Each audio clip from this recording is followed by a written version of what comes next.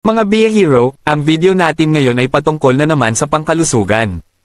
Marami sa ating na hindi nakakaalam na ang mga halaman, gulay, at maging mga prutas, na karaniwan nating makikita sa ating lokalidad ay may mga taglay na katangian na nakatutulong at benepisyo sa ating katawan.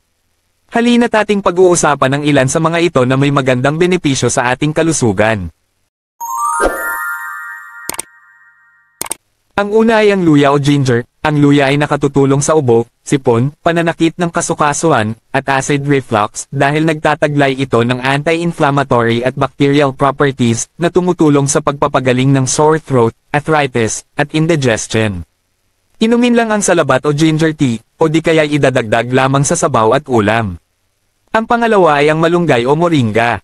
Ang malunggay ay mayaman sa iron, calcium, antioxidants, na nakatutulong sa mga individual na may anemia, mataas ang blood sugar, malnutrition, at nagpapalakas sa immune system at pagpapanatiling malusog na dugo. Isama lamang ito sa sinigang, ginataang gulay o gawing moringa tea upang mapakinabangan ng ating katawan ang benepisyo nito. Ang pangatlo ay ang saging. Ang saging ay may natural na antacid properties na tumutulong sa pagbabawas ng acid sa tiyan, at ang potassium nito ay nakatutulong sa pag-regulate ng blood pressure, at nagdudulot ng ginhawa sa mga taong may ulcer, pananakit ng tiyan, at hypertension. Kumain lamang nito bilang merienda, o ay dagdag sa smoothies upang makinabang sa mga benepisyo na taglay nito. Ang pang-apat ay ang bayabas o guava. Ito ay may antibacterial properties, na nakatutulong sa pagtatae, at mabilis na paggaling sa mga sugat.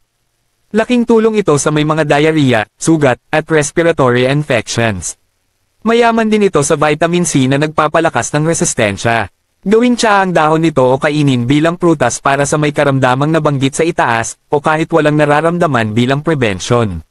Ang panglima ay ang bawang o garlic. Ang garlic ay kilala sa pagpapababa ng low-density lipoprotein o LDL, at blood pressure, at may antibacterial properties din ito na nakatutulong sa high cholesterol, high blood pressure, at paglaban sa infection.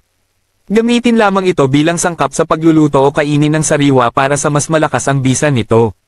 Ang pang-anim ay ang ampalaya o bitter gourd. Ito ay nagtataglay sa pagpapababa ng blood sugar level dahil sa taglay nitong charantin at insulin-like compounds. Gawing ulam o juice ang pagprepara nito. Ang pangpito ay ang sibuyas o onion. Ang sibuyas ay nagtataglay ng quercetin na tumutulong sa paglaban sa sipon, ubo, heart disease, at sa paglaban sa inflammation at pagpapababa ng blood pressure. Ang pangwalo ay ang tubig ng buko. Ang tubig ng buko o juice ay may natural na electrolytes at antibacterial properties na nakatutulong sa paglaban sa UTI, dehydration, electrolyte imbalance, at nagpapanatili ng hydration. Uminom lamang ng sariwang sabaw ng buko o juice ang may taglay sa nasabing karamdamang nabanggit sa itaas, at kahit walang nararamdaman para na rin sa prevention. Ang pangsyam ay ang kamoting baging o sweet potato. Mayaman ang sweet potato sa fiber, kaya't nakatutulong ito sa constipation, immune deficiencies, at digestion. Ang beta-carotene ay nagpapalakas ng immune system. Maaring itong gawing pang-snack, o lutuin bilang nilaga, o ginataang kamote. Ang huli kong ibabahagi sa inyong mga lodi, ay ang mangga o mango. Ito ay mayaman sa vitamin A, at fiber na tumutulong sa kalusugan ng ating balat, anemia, at sa ating digestive system. Bagamat ang lahat ng ito ay nagbibigay ng benepisyong pangkalusugan, at nagdudulot ng ginhawa sa ating mga karamdaman, ay mainam pa rin na kumonsulta sa mga dalubhasa upang mabigyan ng akmang rekomendasyon ang ating mga dinadalang karamdaman. Maraming salamat po, kita-kita tayo sa susunod na video.